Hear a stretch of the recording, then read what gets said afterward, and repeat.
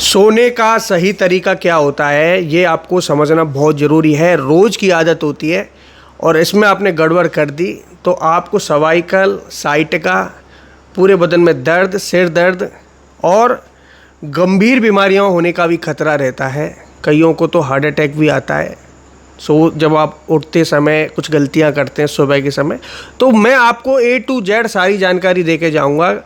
सोने से संबंधित आपको एक एक बात इस वीडियो में पता लग जाएगी। एंड तक देखना। मेरा वीडियो थोड़ा लंबा होता है क्योंकि मैं सारी बातें एक ही वीडियो में बता देता हूँ, अलग अलग चैप्टर नहीं बनाता। तो इस प्रकार आप पूरा वीडियो देखा करें, ठीक है। देखिए, सोना कब चाहिए, कितने बजे सोना चाहिए, ये सबसे पहले सबको पता होना चाहिए। देखिए, सोने का सही समय सूर्यास्त के 3 पहर बाद, 3 घंटे बाद आपको सो जाना चाहिए, यह आयुर्वेद कहता है। अब आप 3 घंटे बाद सोते हैं, जैसे सूर्यास्त होता है 6 बजे 7 बजे, तो 10 बजे तक आपको सो जाना चाहिए। सुबह अच्छे से उठ पाएंगे, टाइम से उठ पाएंगे, नींद पूरी हो जाएगी 7-8 घंटे की, ठीक है। रात को लेट नाइट सोते हैं तो आपका ये साइकिल पूरा ख़राब हो सकता है, सुबह के सारे काम डिले हो सकते हैं। तो हर प्रकार से ये आपके लिए नुकसानदायक है। जितना लेट जाओगे उतना ही आपको नींद पूरी करने के लिए सुबह के समय फिर लेट उठना पड़ेगा, ठीक है। तो इस प्रकार आपको फिर ये मोटापा और तरह तरह की बीमारियां आपको कैद कर लेंगी। ये सबसे पहले आपको ध्यान रखना है।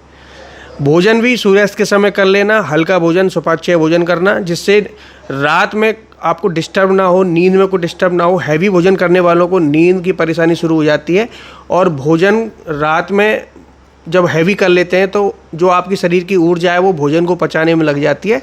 इससे फिर आपकी नींद खराब हो जाती है और नींद की प्रॉब्लम स्टार्ट हो जाती है। नींद पूरी नहीं होने से फिर आपको 100 तरह की बीमारियां झेलनी पड़ती हैं। That's clear. अब नेक्स्ट टॉपिक पे आते हैं कि भाई, जब आप सो जाते हैं तो किस करवट आपको सोना चाहिए और किस दिशा में सोना चाहिए। सोने का सही करवट क्या होता है। देखिए, सोने का सही करवट होता है ज़्यादातर लेफ़्ट साइड, लेफ़्ट वाली करवट, उल्टा हाथ वाली करवट, ये आपको सोना चाहिए। इस तरफ ज़्यादा से ज़्यादा सोना चाहिए। रात में जब आपको लगे कि यार राइट वाली करवट में ज़्यादा लेट रहा हूँ, या कमर के बल ज़्यादा लेट रहा हूँ, या पेट के बल तो लेटना ही नहीं है, वो तो सबसे ज़्यादा खतरनाक होता है, समझ गए। आपके हार्ट के जो आर्टरीज हैं उनको ब्लॉक कर देता है, आपके ब्लड सर्कुलेशन को रोक देता है। ज़्यादातर पेट वालों को तो बहुत तरह की समस्याएं होती हैं। कमर के बल जो लेट रहे हैं उनको भी ज़्यादा देर तक कमर के बल नहीं लेटना चाहिए। उसमें से काफ़ी सारी नर्व जाती हैं रीढ़ की हड्डी के अंदर से। अब जिनको साइटिका है उनको भी प्रॉब्लम होती है, सर्वाइकल वालों को भी प्रॉब्लम होती है। अगर ये दिक्कत आपको पहले से नहीं है, अगर आप कमर के बल ज़्यादातर लेटते हैं तो फिर ये दिक्कतें भी आपको हो सकती हैं। तो देखिए, इतना खतरनाक नहीं है, लेकिन रिस्क रहता है कमर के बल लेटना। लेकिन खतरनाक जो रहता है, एक तो पेट के बल और दूसरा राइट साइड वाली करवट क्यों नहीं सोना चाहिए, ज़्यादातर मैं बता देता हूँ। हमेशा लेफ़्ट वाली क्यों सोना चाहिए।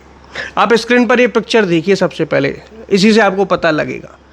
अब ये ऊपर वाला ये जो इंसान लेटा हुआ है, ये राइट वाली करवट लेटा हुआ है और नीचे वाला लेफ़्ट वाला, ठीक है, लेफ़्ट वाली करवट से लेट रहा है।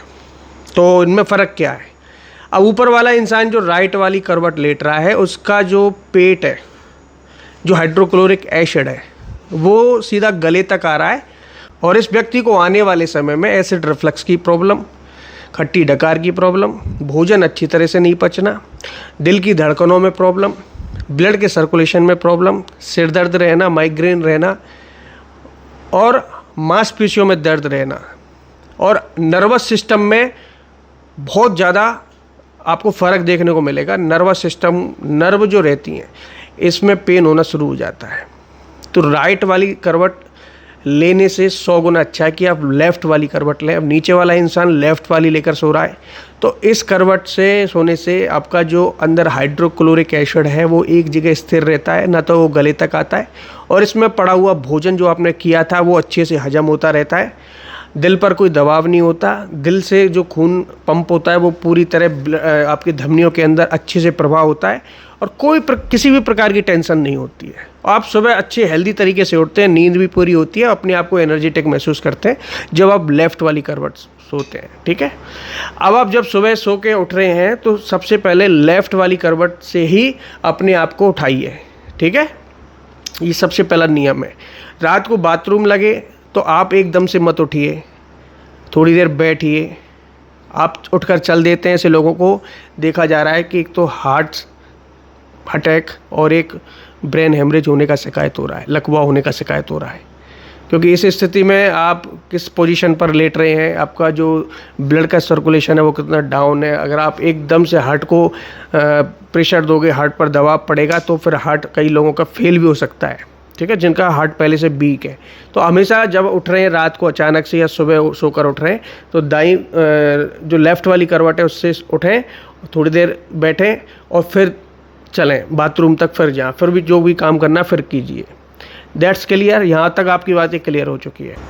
अब बात कर लेते हैं कि आप जब सो रहे हैं तो सोते समय गद्दा कैसा यूज करें, तकिया कैसा यूज करें, ये भी बहुत ज़्यादा ज़रूरी है।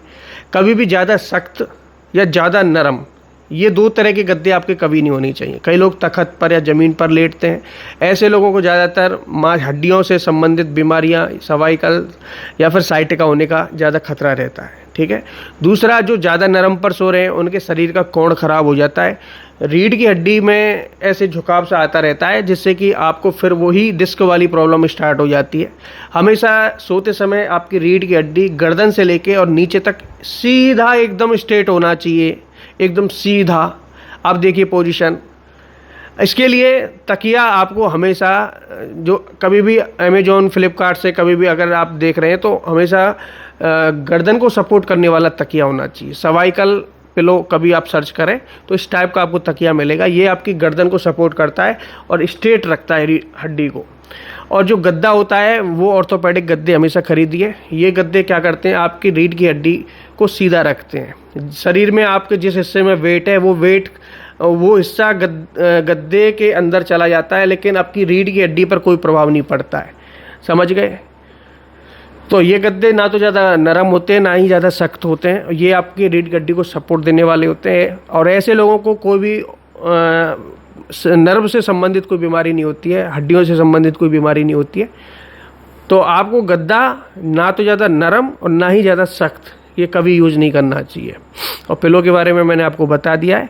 अब ये वीडियो काफ़ी लंबा बन चुका है। अब मैंने आपको सारी बातें बता दी हैं। अभी भी कोई मिसिंग रह रहा है, तो अभी भी कोई बात रह गई है तो प्लीज़ कमेंट करके मुझसे पूछिएगा। आप कमेंट नहीं करते, मैं आपके कमेंट का बहुत वेट करता हूँ।